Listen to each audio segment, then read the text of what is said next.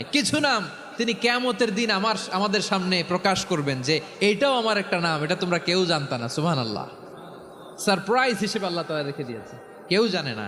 কিয়ামতের দিন আল্লাহ তাআলা সেই নামগুলো জানাবেন। আর কিছু নাম আছে সেই নামগুলো আল্লাহ কোরআনেও বলে নাই, কোন নবীরেও জানায় নাই, কিয়ামতের দিনও সারপ্রাইজ হিসেবেও জানাবে না। ওই নামগুলো স্বয়ং খোদ আল্লাহ ছাড়া কেউ জানে না। এজন্য বিশ্বনবী দোয়ার সময় বলতেন, আল্লাহ তোমার যে নামগুলো জানি, যে নামগুলো জানি না, সব নামের বরকতে তোমার দরবারে চাই, সব নামের ওসিলায় তোমার কাছে ফরিয়াদ করি। সুবহানাল্লাহ বলেন।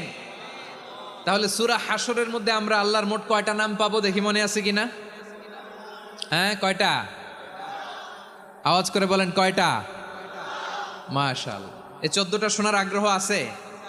এই দু একজন যে ওঠা বসা করতেছেন, এই ডাস্টে তো ডাস্ট অ্যালার্জি হয়ে যাবে, ধুলাবালিতে আসার সময় তো অনেক ধুলা খাওয়াইছেন আমার এই জায়গায়। একটু শান্ত হয়ে বসেন, আমরা শান্ত হয়ে বসি, অল্প কিছু সময় কিছু কথা আলোকপাত করব, তারপর আমরা বিদায় নিব। উঠবো না, কেউ দাঁড়াবো না, উঠবো না। সেই গতকাল থেকে, গত রাত থেকে আমি দেখেছি তো আপনাদের কাণ্ড কারখানা, ভিডিওতে দেখেছি, কাঁথা বালিশ নিয়ে গত রাতে চলে আসছে।